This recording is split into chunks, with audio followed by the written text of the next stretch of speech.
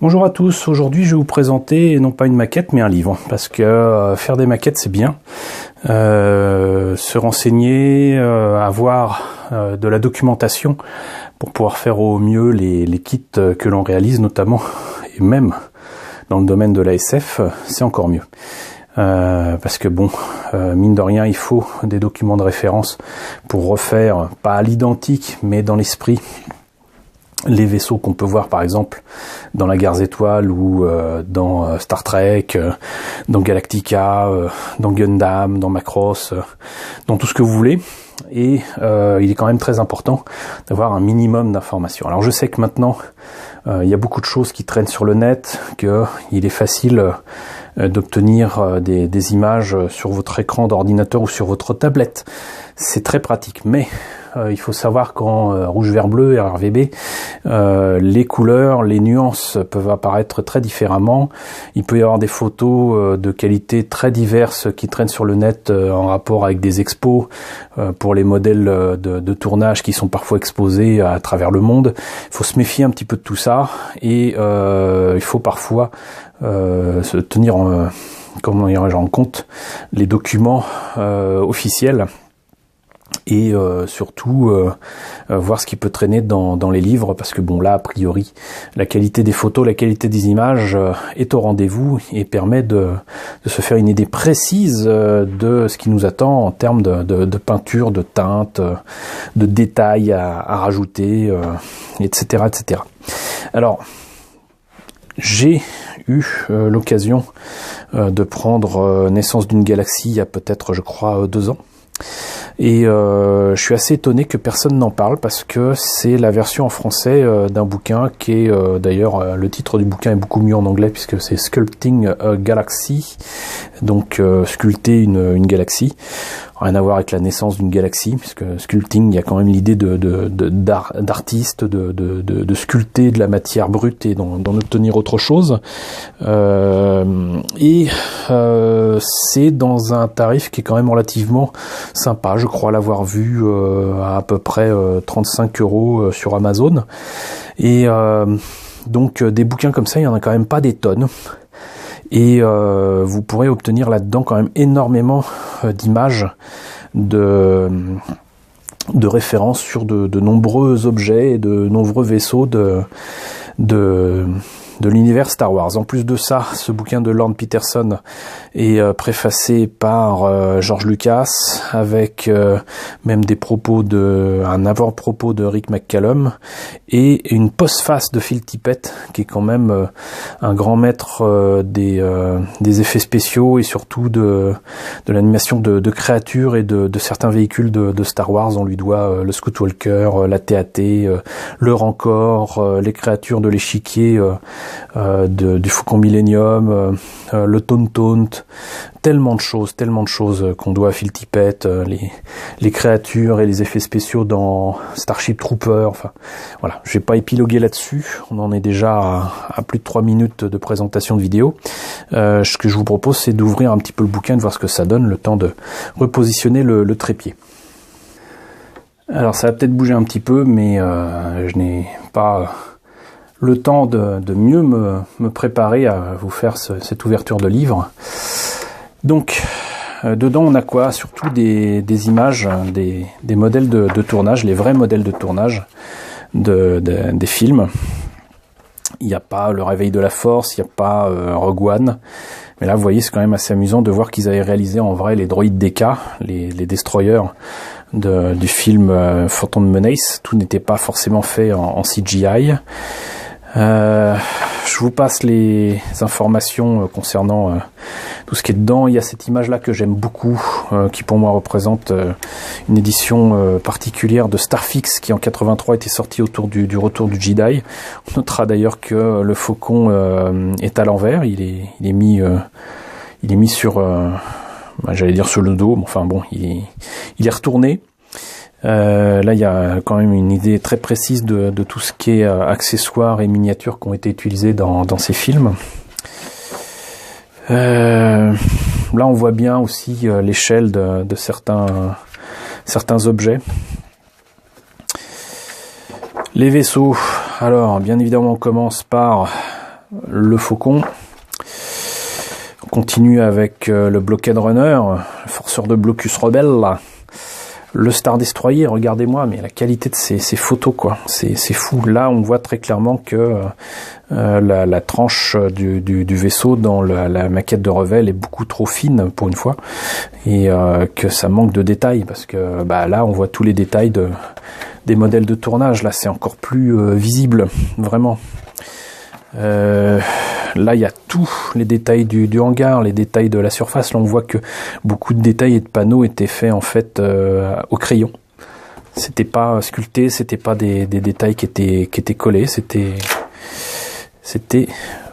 du crayon. Alors, je constate que l'édition que j'ai a des défauts, puisque là, il y a de la colle qui vient de se décoller, et ça prouve que le bouquin n'est pas forcément de très bonne qualité, qu'importe. Le fait est que ces bouquins-là ne courent pas les rues. Donc là, on a la capsule de sauvetage, comme ils disent, de C3PO et d'R2D2 dans le premier film. Là, on a des détails de fou du modèle de tournage du Faucon. Pour ceux qui font le Faucon de chez Altaïa, c'est juste parfait. Il y a pas toutes les images, mais il y a quand même un bon paquet. J'ai vraiment peur d'abîmer ce bouquin en vous l'ouvrant comme ça, mais ça, c'est le Faucon tout petit qui avait été fait pour se mettre sur un Star Destroyer, mais ils avaient fait une section du Star Destroyer à l'échelle pour l'occasion. Le TIE Fighter, où on voit que à l'intérieur le pilote n'est pas un pilote impérial, mais clairement une figurine du commerce. La façon dont avaient été faits les panneaux, le X-Wing, le Y-Wing, le TIE de Vador, le Super Star Destroyer, qui est certainement un de mes vaisseaux préférés, le transporteur rebelle, d'autres détails du Star Destroyer, la fameuse section du Star Destroyer où ils mettent le Faucon, le Slave One, le vaisseau de Boba Fett, où on voit d'ailleurs que il y avait beaucoup de soins pour certaines parties, puis là ils avaient juste splatché de la peinture.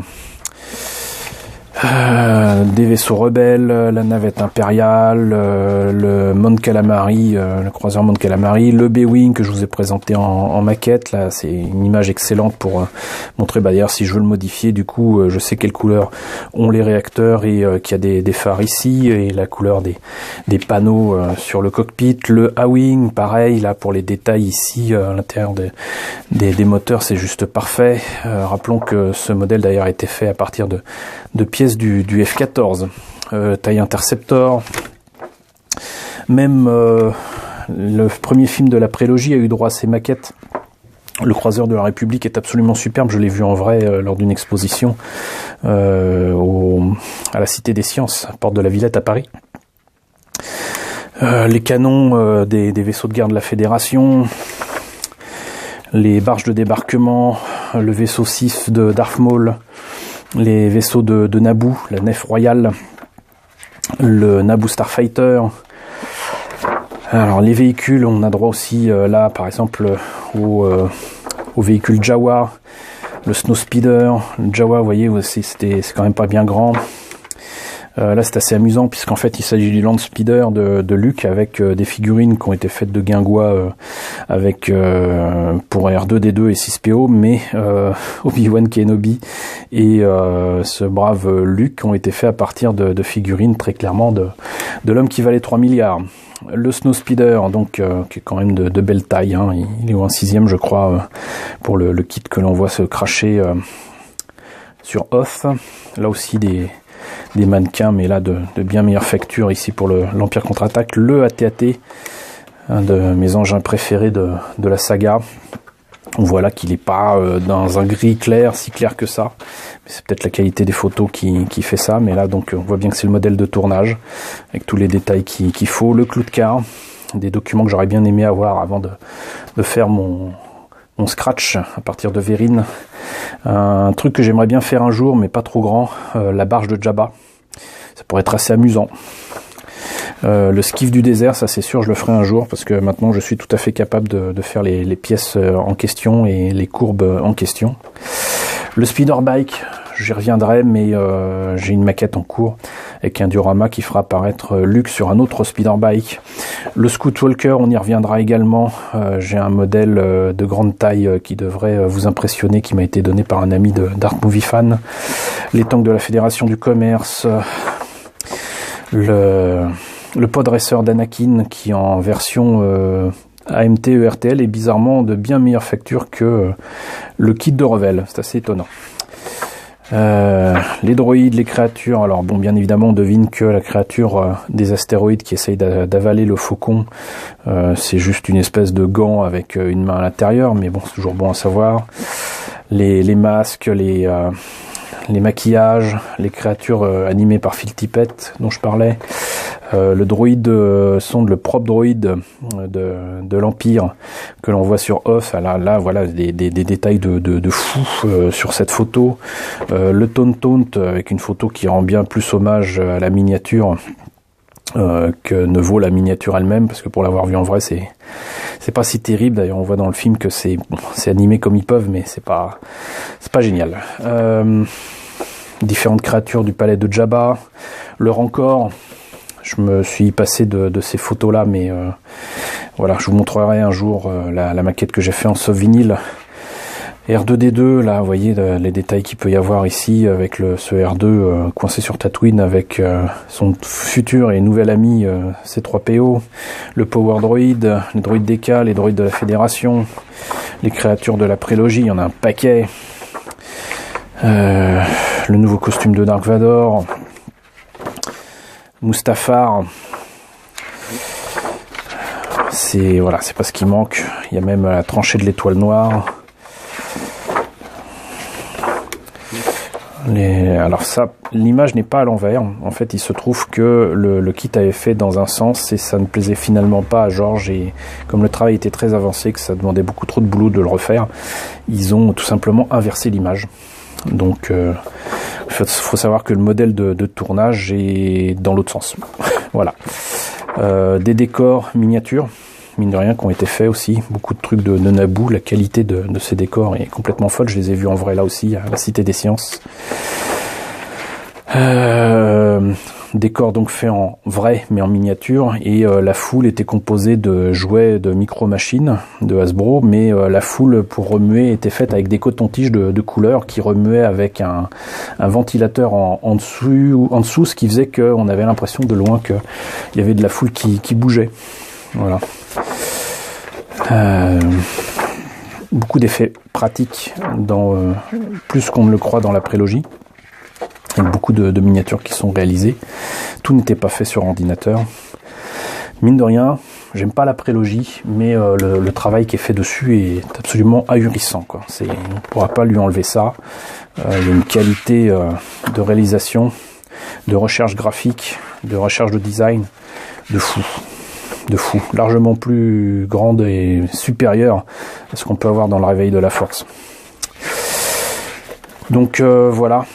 Vous voyez tout ça. Alors le truc, c'est que j'ai appris que le bouquin existait en beaucoup plus complet, avec des images qu'on voit là et qui ne sont pas dans le livre des barges de débarquement de la République, des vaisseaux qu'on voit, qu'on devine ici et là, mais qui ne sont pas dans le bouquin. Donc il y aurait un bouquin plus complet qui existe. Mais le fait est que donc, même si visiblement la qualité d'impression n'est pas encore au top pour ce truc là, si vous tombez dessus, 35 €, sincèrement, ça vaut le coup. Je vous mettrai le lien Amazon si le bouquin est encore en vente, mais si vous tombez sur ce bouquin, vraiment prenez-le. Ça peut être la source de beaucoup d'inspiration et de beaucoup de travail sur vos maquettes, bien évidemment, de l'univers Star Wars. Voilà, mine de rien, cette présentation, je pensais la faire en 5 minutes, on en est à bientôt 15 minutes. J'espère que cette présentation de bouquin, de ce livre, vous aura plu. N'hésitez pas à me dire ce que vous en pensez dans la section commentaires. N'hésitez pas surtout à partager cette vidéo, et je vous dis à très bientôt pour cette fois-ci la présentation de maquettes.